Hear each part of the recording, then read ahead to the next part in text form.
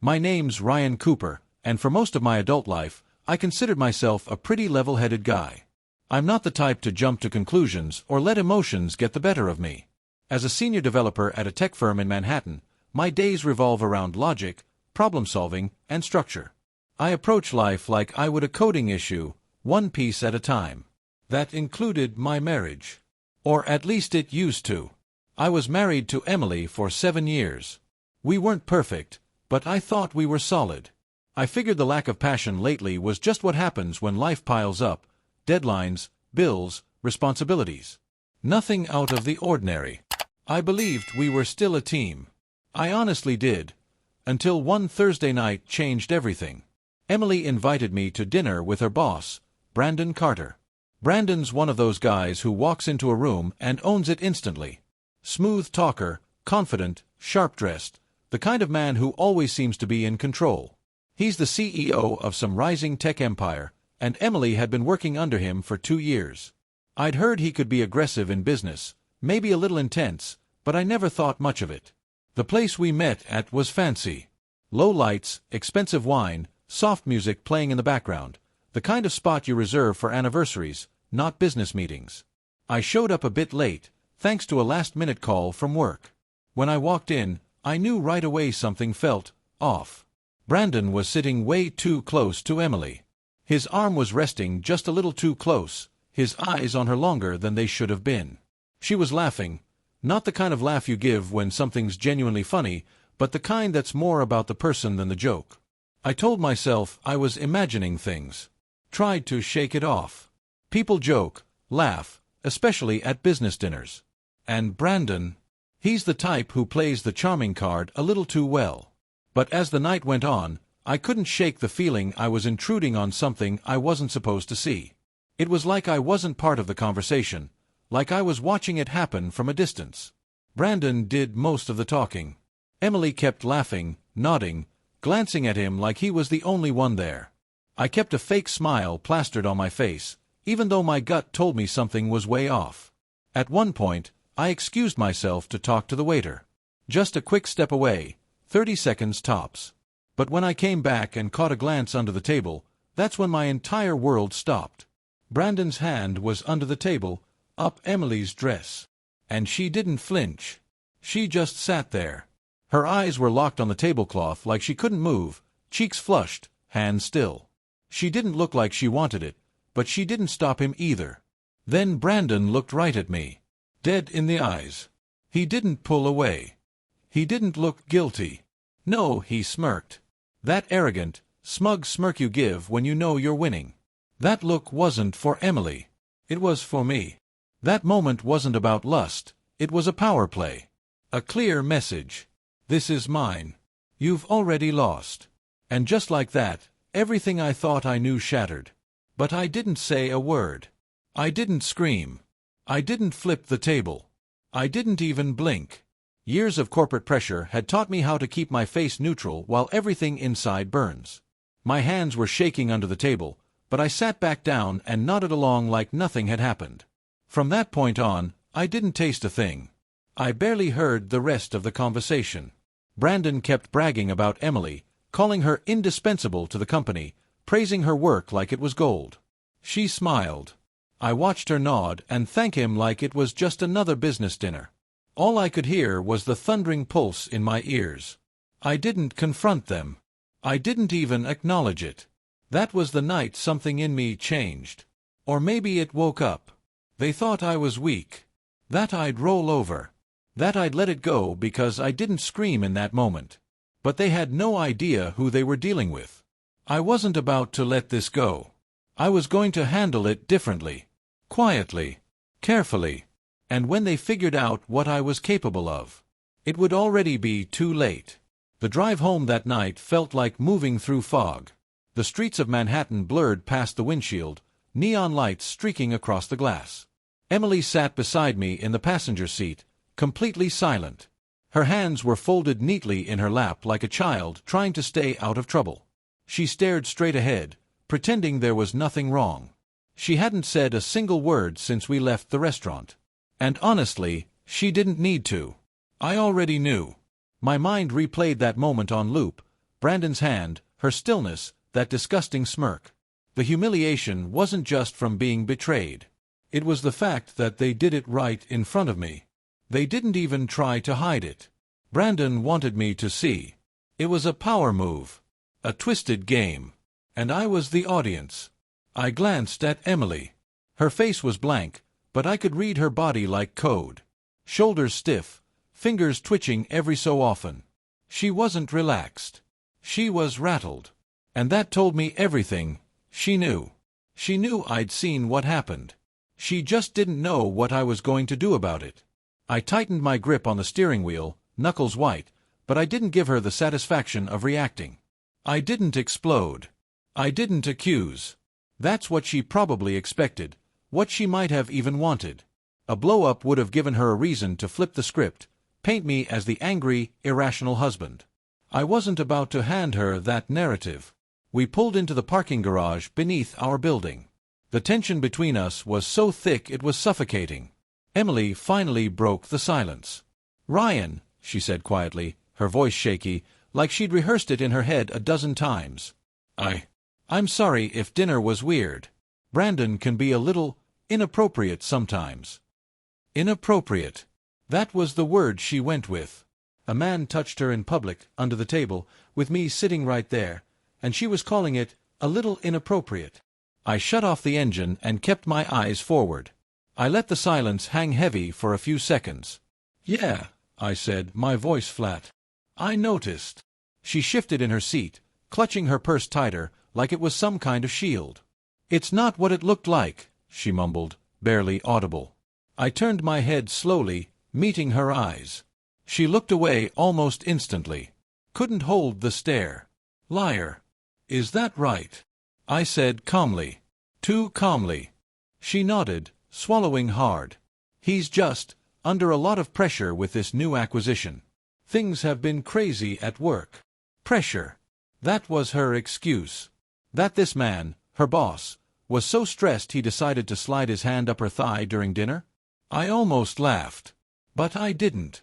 I just looked at her for a beat, gave her a slow, unreadable smile, and said, "I see." That was it. She blinked, caught off guard. She expected rage, accusations, maybe a fight. But I gave her nothing. And that scared her more than yelling ever could. "You coming up?" I asked, like we'd just gotten back from seeing a movie or grabbing takeout.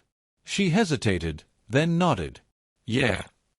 We rode the elevator in silence. I could feel her sneaking glances at me, trying to read me. But my face was blank. My body relaxed. On the outside, I was the same Ryan I'd always been. But inside, I was already building the blueprint. When we walked into the apartment, I tossed my keys on the counter like I always did, loosened my tie, acted like everything was normal. Emily hovered by the door, waiting, maybe for a question, a confrontation, anything that could crack the quiet. But I wasn't playing that game. "I'm gonna hop in the shower," I said casually. I didn't wait for her to respond. Just walked down the hall and shut the door behind me. And that's when the mask came off. I gripped the sink, staring at my own reflection, and felt the muscles in my jaw so tight I thought something might snap. My mind was a war zone. Emotions colliding like wrecking balls. Why? That question kept echoing. Why did she let it happen? I could have almost forgiven a slip-up. A drunken kiss. A one-time mistake. But what I saw wasn't a mistake. It was a choice. She didn't stop him. Because she didn't want to. I stood there for a long time before turning on the shower, not because I wanted to clean off the day, but because I needed the noise to drown out the rage. I stood under the water, staring at the tile, not moving, not feeling. They thought I was finished. That I'd go numb and pretend nothing happened. That I'd get over it. They were wrong. I wasn't going to confront her. Not yet. I wasn't going to give her the satisfaction of knowing she'd broken me. I was going to play this smart. Let her feel safe. Let her think I was too hurt to act. Because when the time came, I'd burn their little world to the ground, one carefully planned move at a time. The next morning, I woke up before the sun even had a chance to rise. Not because I couldn't sleep, I actually slept fine. Strangely fine. For the first time in weeks, my head felt clear. The rage from the night before hadn't disappeared, but it had transformed. It wasn't burning anymore. It was cold. Focused. Emily was still asleep beside me. Her back was turned, body curled slightly away like even in her dreams she didn't want to face me. I stared at the ceiling for a moment, listening to her slow breathing, and I knew, she thought I was still in the dark. Or maybe she thought I was too broken to do anything. But what she didn't know is that I was already putting things into motion. Over the years, I'd gotten pretty good at reading patterns. Whether it's code, business workflows, or human behavior, patterns are everywhere. People are creatures of habit, and once you understand their rhythm, you can predict their next move before they make it. That's exactly what I planned to do with Emily. By the time she started to stir and stretch awake, I was already in the kitchen, brewing coffee like any other weekday. I moved through the apartment like normal. Relaxed. Calm. Like nothing had changed. When she walked into the kitchen, hair messy, eyes still puffy from lack of sleep, I gave her the warmest smile I could muster. "Morning," I said, handing her a cup. She blinked, clearly thrown off by how casual I was being. "Morning." Her eyes searched my face like she was looking for cracks, like she was bracing for an explosion that wasn't coming. She looked a little relieved. "Okay. I might be home late again. Things are, crazy." That pause before her excuse was everything. I caught it, and I stored it. "Work stuff?" I asked, keeping my voice completely neutral. She hesitated. "Barely. But I caught that too." "Yeah," she said a little too quickly. "Just work." Liar. I gave her a smile, leaned in, and kissed her cheek. "All right. See you tonight." I walked out the door, briefcase in hand, letting her believe I still trusted her. That everything was fine. But the moment I sat down at my desk in the office, I opened up a clean document and started building a list. Not a list of questions for Emily. A list of steps.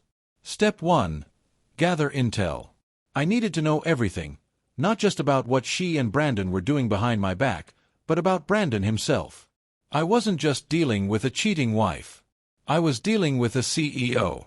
A man with power, money, and reach. If I was going to bring him down, I had to be smarter. Quiet. Strategic. I logged into a secure network I use for freelance research and digital audits. Basically a fancy way of saying I poked around with tools most people don't even know exist. I didn't have direct access to Brandon's company records, but I didn't need them. I started looking for names. People who used to work under him. Especially ones who left in the last year. Former execs. Project managers. Assistants. People who were once close to the inner circle but suddenly disappeared. It didn't take long to find a pattern. 3 top-level employees, all gone within the past year. No explanations. No statements. Just gone. Quiet exits. Suspicious timing. That was a red flag. And I had just found my first crack. I made note of their names, cross-referenced their LinkedIn profiles, and started pulling whatever public info I could find. Some of them had changed cities. One went freelance. Another hadn't posted online since she left the company. Disgruntled ex-employees? They're goldmines, if you know how to approach them. Step 2. Watch and learn. I already knew Emily's habits. Her routines were second nature to me. But now, I started watching with purpose. Not for obvious red flags, but for small things. Like how long her showers were. The way she left her phone screen down when she cooked dinner. How her eyes would dart to her phone when she thought I wasn't looking. She thought she was being slick. She wasn't. I wasn't looking for evidence. I was building a behavioral map. That night, when she texted that she'd be working late again, I replied with a smiley face. I even told her to take her time. Let her think I was still playing the loyal, clueless husband. Step 3. Plant doubt. This was the fun part. My favorite part. Back in my programming days, I used to love creating hidden features, little functions in the background that triggered only under certain conditions. Invisible to the user. Until it was too late. Now I was applying that same logic to real life. Emily had a circle of friends. They talked often, girl group chats, Instagram DMs, the usual. She met up with a few of them for drinks here and there. I didn't need to confront them. I just needed to drop a hint. So, the next time I ran into her closest friend, Megan, I played it cool. We were chatting about random stuff, and I casually mentioned, "Yeah, I barely see Emily these days. She's been swamped at work. Always late nights lately." I didn't accuse. I didn't even sound bitter. Just tired. A little worn down. I saw the shift in Megan's face. Just a flicker. But it was enough. Let them talk. Let the rumors spread. Questions have a way of snowballing. Step 4. Build leverage. That night, while Emily was supposedly grinding away at the office, I was sitting at home with my laptop open, pulling up her cloud backups. I wasn't looking for nude pics or love letters. I was looking for traces, deleted messages, synced calendars, shared files. Anything that had been overlooked. And sure enough, I found it. A calendar entry from 3 weeks ago. Dinner. Downtown hotel. Labeled as a work meeting. Of course it was. I copied the entry, logged it, and tucked it away. I didn't bring it up. I didn't even change my tone when she got home. I poured us both a glass of wine, sat on the couch, and smiled like everything was perfect. She smiled back. A little hesitant. A little unsure. Good. Let her think she's winning. Because she doesn't know she's walking straight into a trap. I've always believed the best coders aren't just people who write clean code. The real pros. They build illusions. Systems that look simple on the surface but are packed with complexity underneath. That's how I approached my marriage from that point forward. To Emily, it probably seemed like things were smoothing over. Like maybe I'd accepted her weak little excuses and moved on. But what she didn't realize is that I was rewriting the code of our life together, line by line, in real time. It had been 2 weeks since that night at the restaurant. 2 weeks of pretending. 2 weeks of giving her just enough of me to keep her guessing. I wasn't distant in a way she could easily call out. I was emotionally distant. The subtle kind. I started working late a little more. Took longer to respond to her texts. Slept a little closer to the edge of the bed. Nothing obvious, but just enough to make her feel it. And the crazy thing, the more I pulled away, the harder she leaned in. She started asking about my day. Suggested we go out for dinner more. Even cooked on a Tuesday, which, believe me, never happened before. It was like she was trying to re-establish control. But I wasn't giving her anything solid to grab onto. Just a polite smile and surface-level conversation. Inside, I was already 3 moves ahead. One of the biggest shifts I made was taking control of information. Knowledge, after all, is leverage. I installed a lightweight monitoring app on her phone. Nothing invasive. Nothing that would trigger alerts or drain battery. Just enough to feed me a steady stream of texts, emails, and calls. I wasn't reading every message like some obsessed psycho. I didn't need to. I was looking at patterns. How often she texted Brandon. The length of her replies. Her tone when she messaged him versus when she messaged me. What I found. It was worse than I expected. She wasn't just sleeping up with him. She was emotionally involved. There were inside jokes. Mentions of future plans. Phrases like, someday, maybe, and just us. That cut deeper than anything physical. She was planning a future with him, one that didn't include me. Perfect. Because the deeper she fell, the more vulnerable she became. That's when I started phase 3, creating doubt. Not in me, no. She still believed I was blind. I wanted her to start questioning Brandon. It started simple. One evening, while we were eating dinner on the couch, I casually said, "So, Brandon seems a little stressed lately, huh?" Emily froze for a split second before stabbing her fork into her salad. "What do you mean?" I shrugged. "He's just been calling a lot. You've mentioned a few times he's been relying on you more than usual." She looked down at her plate. "That's just work." But her voice lacked conviction. A little hesitation. The seed had been planted. But I wasn't finished. See, trust doesn't usually get destroyed in one big explosion. It gets eroded, bit by bit, until it just crumbles. So I added a new tactic to the mix. While Emily was at work one afternoon, I grabbed her phone, typed out a text to Brandon, and sent it. It said, "Last night was incredible. I can't stop thinking about it." Then I deleted it immediately from her messages. It never happened. There was no last night. But Brandon didn't know that. He'd see the message. Expect a response later. Maybe ask about it. Emily, though, she'd have no idea what he was talking about. Just a tiny fracture in their little fantasy world. Just enough to make them second-guess each other. I didn't need to do much after that. The paranoia did the work for me. I started seeing it immediately. Her texts to Brandon grew shorter. Less playful. Less romantic. His responses, though, were shifting fast, from sweet and cocky to impatient and demanding. He could feel the grip slipping. Exactly what I wanted. But I was still holding my best card. One night, after Emily had gone to bed early, I stayed up in my office. The glow from my monitor lit up the room as I opened an encrypted folder I'd been building piece by piece. Inside were all the receipts, screenshots, synced messages, calendar events, travel logs, every breadcrumb they'd ever dropped. And one more thing, the jackpot. Brandon had been sloppy. In a shared cloud folder tied to his business account, I found a string of messages between him and another woman. Not Emily. A younger assistant. Different tone. Different vibe. But just as flirty. Just as dirty. He wasn't just cheating with my wife.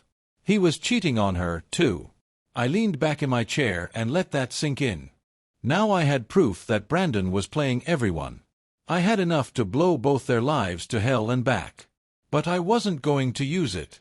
Not yet. Timing matters. If you drop a bomb too soon, it just leaves smoke. I wanted ashes. So for now, I sat on it. Let them keep spiraling. Let them think they were in control. Because by the time they realized what was happening, I'd be the only one standing. The next 2 weeks were like watching a slow-motion car crash. One I'd quietly set up and now had a front-row seat to. Emily and Brandon were unraveling. I didn't have to do much anymore. Just sit back, keep up the act, and watch them chip away at their own fantasy. I'd become the perfect husband again, at least on the surface. I was polite, attentive, and completely unfazed. I didn't ask questions. I didn't push. I gave her no reason to suspect anything. I even brought her coffee in the mornings, texted her during the day, and offered to help with laundry. The only difference was, I wasn't really there. And she felt it. I watched her start trying harder. Reaching out. Suggesting dinner dates, asking to watch our favorite shows again. She was trying to regain some kind of balance, like she could sense something was off, but couldn't quite figure out what. That was the plan. Keep her unsettled.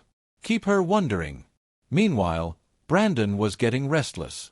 I could tell by his texts, short, snippy, suspicious. I read the shift in tone like lines of flawed code. He was demanding answers Emily couldn't give him. And I made sure to add fuel to the fire. One morning, while Emily was still asleep, I sent another ghost message to Brandon from her phone. "We need to talk. Alone. Tonight." Then I deleted it immediately. Just like the last one. Brandon would get the notification. He'd think she sent it. He'd be expecting something to happen. A secret meeting, an update, maybe even a confession. But Emily, she wouldn't even know it existed. That day, I was calm. Collected. I cooked breakfast, kissed her on the forehead, and told her I hoped her day wasn't too stressful. She just smiled, a little confused, a little distracted. She had no idea the walls were closing in. And that night, Brandon started pushing. Emily was in the kitchen when her phone buzzed 3 times in a row. I was on the couch, pretending to scroll through some emails. She picked up her phone, looked at the screen, and I saw it, that micro-expression she couldn't hide. Her face tensed. Her shoulders stiffened. "Everything okay?" I asked casually, not even looking up. "Yeah," she said too fast. "Just work." Lies. She started typing furiously, probably trying to put out the fire she didn't understand. Brandon was confused. Irritated. He wanted answers she couldn't give because she didn't know the questions. That night, when she went to bed early, I stayed up again and checked her phone. Bingo! Brandon's messages were a mess. "What's going on, Em? Why are you acting weird? Was that message meant for me or someone else?" He was slipping. Panic does that to people, especially men like him. Guys who thrive on control and dominance, they don't know how to function when things start falling apart. They cling tighter, squeeze harder. But the more he pushed, the more Emily pulled away. Exactly as planned.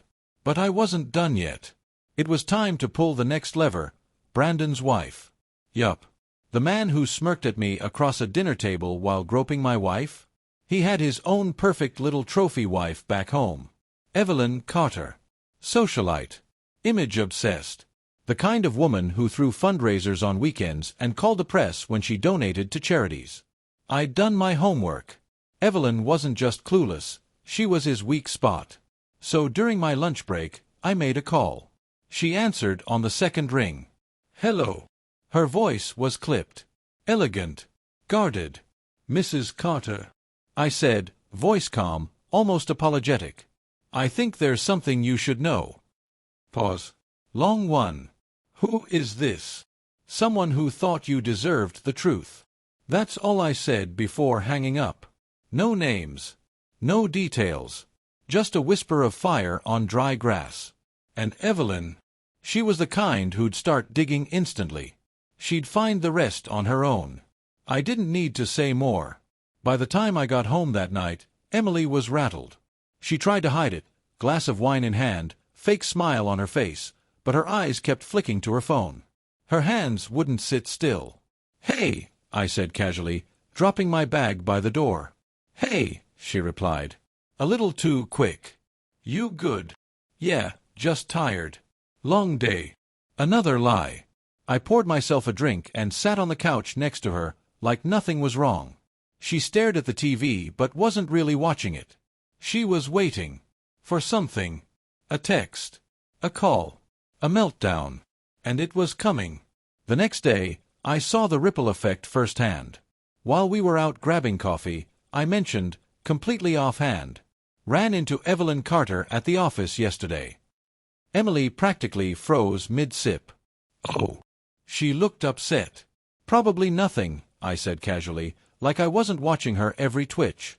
Emily smiled, or tried to. But her face was tight. Unnatural. "Yeah, maybe." That's all she said. But I knew what was happening inside her head. She was connecting dots she didn't even realize were scattered across the board. The game had shifted. They weren't hiding an affair anymore. They were fighting to keep the illusion from collapsing. And I was just getting started. By Sunday night, it was all coming apart. I was in my office, pretending to work on a report, but I was listening.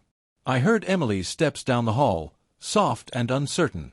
She lingered outside the doorway for a second before finally speaking. "Ryan?" she asked quietly. "Yeah." She stepped inside, arms crossed, eyes a little wide, like she'd rehearsed this a few times before walking in. "Do you think," she hesitated, biting her bottom lip, "do you think Brandon's seeing someone else?" I almost smiled right there. That was it. That was the moment. She was cracking. I turned slowly in my chair, kept my face puzzled, just curious enough to seem surprised. "What makes you ask that?" "I don't know," she said, arms tightening. "He's just been different. Distant. Like, weirdly distant." I tilted my head like I was really thinking about it. "Could just be stress," I said. "Or maybe he's distracted." She didn't respond. She was staring at the floor now, trying to hide how much it bothered her. She was unraveling from the inside. Questioning things. Doubting him. The fantasy she built was glitching, and she didn't know how to debug it. "And me?" I just offered her a kind look and said, "If you're worried about something, maybe you should talk to him." She nodded slowly, but I knew she wouldn't. Not yet. Not while she still thought she had time to fix it. But she didn't. The next day was Monday, and everything hit the fan. Emily was jumpy all morning.